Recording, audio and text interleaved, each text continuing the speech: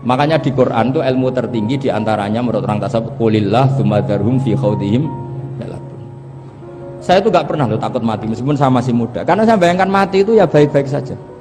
Ketika saya hidup ya gak tahu cara ngelola nyawa saya, kenapa kok gak pergi. Kamu tahu caranya ngelola nyawa kamu, kok gak mati sekarang? Gak tahu kan? Tahu-tahu masih hidup kan? Tahu-tahu diutang semacam-macam lah. Sebetulnya kita zaman hidup pun gak tahu cara ngelola nyawa kita, cara kerja jantung kita, cara kerja paru-paru kita. Nanti setelah kita mati pun tidak tahu caranya hidup ketika dia.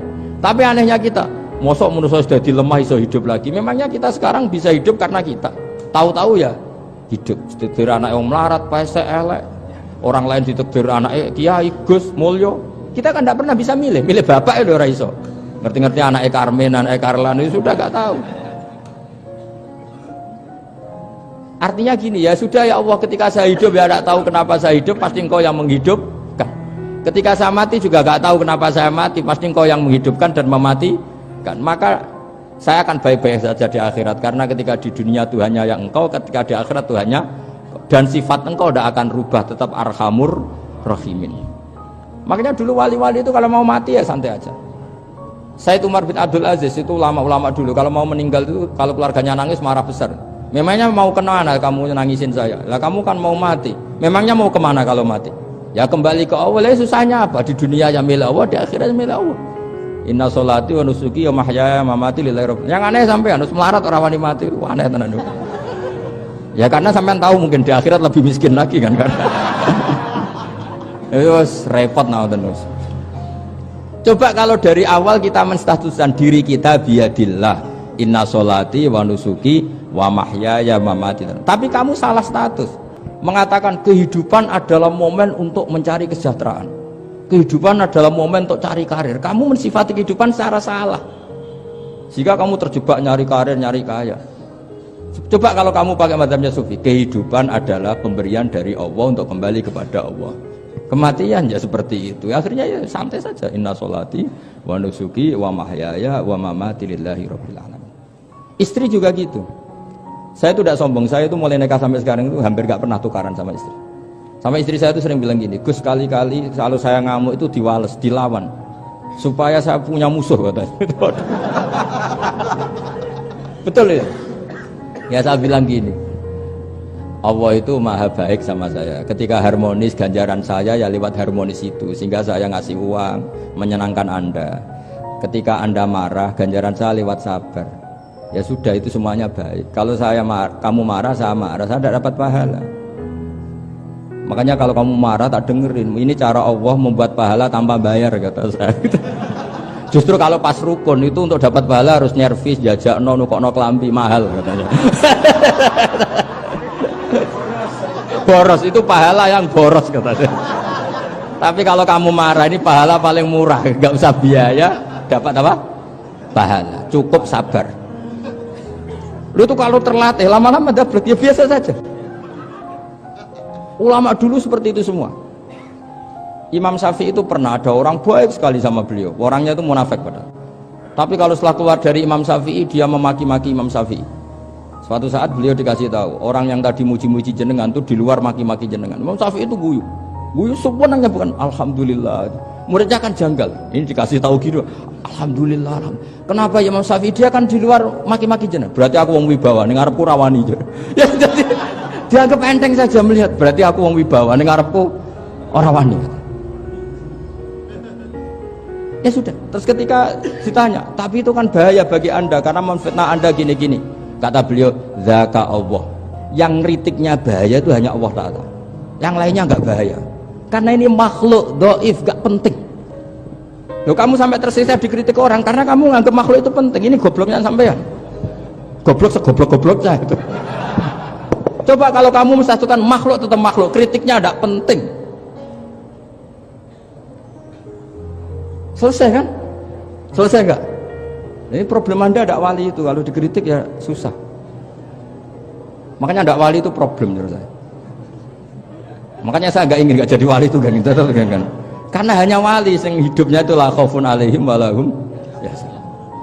Orang dulu tuh semudah itu hidup. Gampang sekali. Dulu ceritanya diantara ceritanya manakibnya Sayyid Ja'far Shadiq itu, Kalau ada orang memaki-maki dia itu dikirimi hadiah. Kenapa? Karena kebaikan kamu telah kamu berikan kepada saya, ini hadiahnya. Sampai malu yang ngeritik itu. Kan kalau orang rasani itu kan kebaikannya dikasihkan sama yang dirasani. Lah kamu kan ngajinya seperti itu, tapi dirasani kok susah. Harusnya kan kasih aja, ditransferi saja. Alhamdulillah. Ya karena kita salah menamain tadi. Sing rasani pembenci, pembenci itu bahaya. Sehingga kamu mereaksi secara serius. Coba kalau kamu pakai hukumnya Allah dan Rasul, pembenci itu pemberi kebaikan, istri marah adalah pemberi kebaikan. Ada yang berani mulai mempraktekkan? Latih begitu terus, insya Allah nanti hidup kamu barokah. Itu disebut wa'allama adamal asma. Dan itu yang diajarkan Rasulullah. Rasulullah itu kalau ngajarkan hidup itu gampang sekali. Allahumma ja'alil hayata ziyadatan li fi kulli khairin wal mauta rohatan li min kulli syarrin. Jadi kalau kita hidup, anggap saja peluang untuk nambah kebaikan. Kalau kita mati, anggap saja akhir dari semua potensi kejahatan kita. Anda sekarang mungkin tidak zina, tapi potensi zina. Anda sekarang tidak korupsi, potensi korupsi. Anda sekarang tidak selingkuh, tetap potensi selingkuh. Nah, anggap saja kalau mati, berarti akhir dari segala potensi itu. Alhamdulillah. Makanya saya tuh nggak pernah takut mati. Karena saya misalnya setiap saat mati ya saya nanti akan bilang, ya Allah ini sudah mau mati berarti mau akhir dari segala potensi keburukan saya. Alhamdulillah. Makanya itu ulama-ulama dulu kalau ada preman mati, saya guys, tonggone ra gelem muni saya. Walau preman kurang ajar, saya guys, tonggone tetap ra gelem muni saya. Padahal kiai ini muni, saya guys pun mati pun mboten sakit macam-macam niki pasti. Karena dia dengan mati berarti rohatan mengguli syarrin, keburukannya tidak terulang lah. Lah keburukan nggak terulang lagi itu saya apa buruk? Saya. Makanya kiainya minta saya ge niki tonggone cek menengahin. Saya ge menengahin. Makanya suatu saat kalau ada gitu kamu harus bilang apa? Saya pun mboten jahat malih pun mati.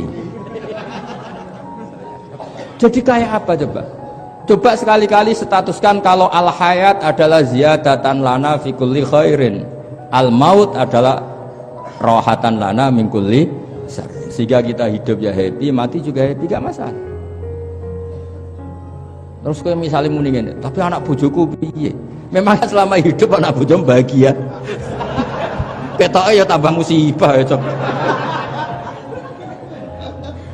Malah sombong lagi kamu, seakan-akan kamu Tuhan yang bisa mensejahterakan manusia. Wong isih urip kok bojomu wis ndonga muga-muga nang mati malah.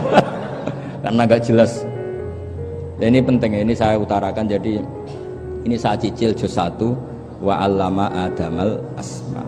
Makanya kata Rasulullah, ala ta'jabuna kaifa yasrifu wa annisat ma quraisin wa dhamma.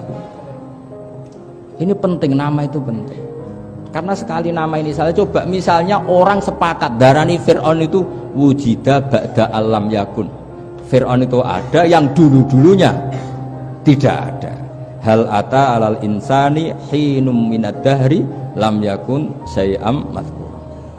Coba kalau kamu melihat sekarang kamu hidup itu apa? Untuk sujud itu murah, gampang. Untuk mengenal Allah itu gampang kita kenal karena Allah itu adzaru minadz dzahir. Adzaru dzahir itu Allah, zat yang begitu jelas. Lah mati itu mau apa? Ya menuju Allah. Hidup menyaksikan Allah, mati menyaksikan Allah, itu nyaman. Yang menjadi tidak nyaman karena kamu salah bikin status. Hidup untuk menggapai cita-cita, untuk sukses. Wong komo yo muni ngono, lonte yo muni ngono, copet yo muni ngono.